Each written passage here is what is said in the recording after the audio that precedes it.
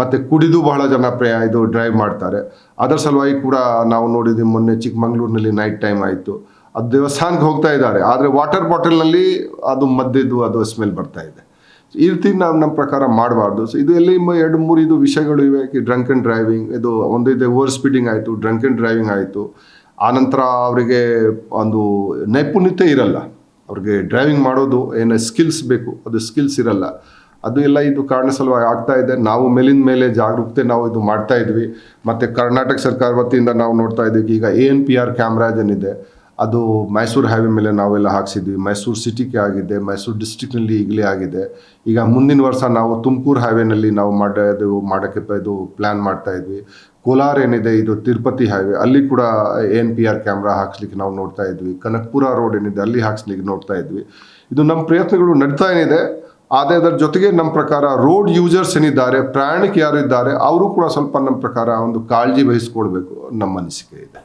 Sir, ನೀವು ಹೇಳಿದ್ರಿ pit ಸ್ಟಾಪ್ಗಳು ತಗೋಬೇಕು, ಡ್ರೈವರ್ಸ್ ಕಂಟಿನ್ಯೂಸ್ ಆಗಿ ಡ್ರೈವ್ ಮಾಡಬಾರ್ದು ಅಂತ. ಹೈವೇಲಿ ಪಿಟ್ ಸ್ಟಾಪ್ ತಗೊಳ್ಳೋದು ಕೂಡ ಒಂದು ಡೇಂಜರಸ್ ಆಗಿರುತ್ತೆ. ಇಲ್ಲ, ಅವರು ಲೇ ಬಾಯ್ ಏರಿಯಾ ಇರುತ್ತೆ, ಮತ್ತು ಎಲ್ಲ ಹೈವೇನಲ್ಲಿ ಸ್ವಲ್ಪ ನಾವು ಡಿಟೋರ್ ತೊಗೊಂಡು ಅಲ್ಲಿ ಢಾಬಾಗಳು, ಅಲ್ಲಿ ರೆಸ್ಟೋರೆಂಟ್ಗಳು ಅದೇ ಇದ್ದೇ ಇರ್ತದೆ. ಅಲ್ಲಿ ಹೋಗಿ ಅವರು ನಿಲ್ಲಿಸ್ಕೊಂಡು ಮಾಡಬೇಕು ಅದು. ಯಾಕೆಂದರೆ ಅದು ರೋಡ್ ಪಕ್ಕದಲ್ಲಿ ಅಲ್ಲಿ ರೋಡ್ ಮೇಲೆ ನಿಲ್ಲಿಸೋದು ಅದು 100% ಮಾಡಬಾರ್ದು. ಯಾಕಂದರೆ ಅದರ ಸಲುವಾಗಿ ಬಹಳಷ್ಟು ಅಪಘಾತಗಳು ಆಗುತ್ತೆ. ಅಲ್ಲಿ ವಿಜಿಬಿಲಿಟಿ ಇರಲ್ಲ, ಹಿಂದ್ಗಡೆಯಿಂದ ಬಂದು ಅಲ್ಲಿ ಗುದ್ದು ಬಿಡ್ತಾರೆ, ಮತ್ತು ಅಲ್ಲಿ ನಮ್ಮ 4-5 ಜನ ಸುತ್ತು ಹೋಗ್ತಾರೆ. ಸೊ ಅದು ಅವರು ಮಾಡಲೇಬಾರ್ದು.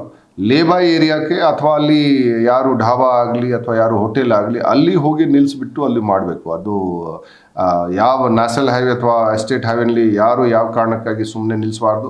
ಅಕಸ್ಮಾತ್ ಏನಾದರೂ ಅವ್ರಿಗೆ ಮೆಕ್ಯಾನಿಕಲ್ ಪ್ರಾಬ್ಲಮ್ ಆಗಿದರೆ ಅವರು ಟ್ರಯಾಂಗಲ್ ಹಾಕ್ಕೊಂಡು, ಟೇಲ್ ಲೈಟ್ ಹಾಕ್ಕೊಂಡು, ಮತ್ತು ಪ್ರಾಪರ್ ಕಾಷನರಿ ಅದು ಪ್ರಿಕಾಷನ್ ತೊಗೊಂಡು ಮಾತ್ರ ಅವ್ರು ನಿಲ್ಲಿಸಬೇಕು. ಅದು ಹಾಗೆ ನಿಲ್ಲಿಸಿದರೆ ಮತ್ತು ಇನ್ನೂ ನಮ್ಮ ಪ್ರಕಾರ ಜಾಸ್ತಿ ಸಮಸ್ಯೆ ಆಗೋದು ಚಾನ್ಸಸ್ ಇರುತ್ತೆ. ಸರ್, ಲಾಸ್ಟ್ ಇಯರಿಗೆ ಕಂಪೇರ್ ಮಾಡಿದ್ರೆ ಈ ವರ್ಷ ತುಂಬ ಜಾಸ್ತಿನೇ ಆಕ್ಸಿಡೆಂಟ್ಗಳಾಗಿದೆ. ಲಾಸ್ಟ್ ಇಯರ್ ರಿಪೋರ್ಟ್ ಪ್ರಕಾರ 34 ಏನೋ ಇತ್ತು ಪರ್ ಡೇ, ಇವಾಗ 51 ಅಂತಂದರೆ.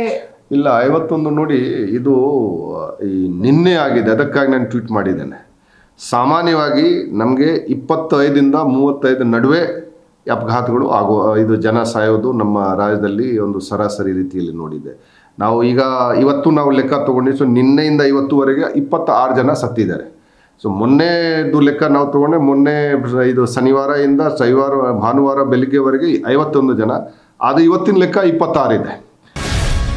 ಗ್ಯಾರಂಟಿ ನ್ಯೂಸ್, ಸುದ್ದಿ ಖಚಿತ, ನ್ಯಾಯ ನಿಶ್ಚಿತ.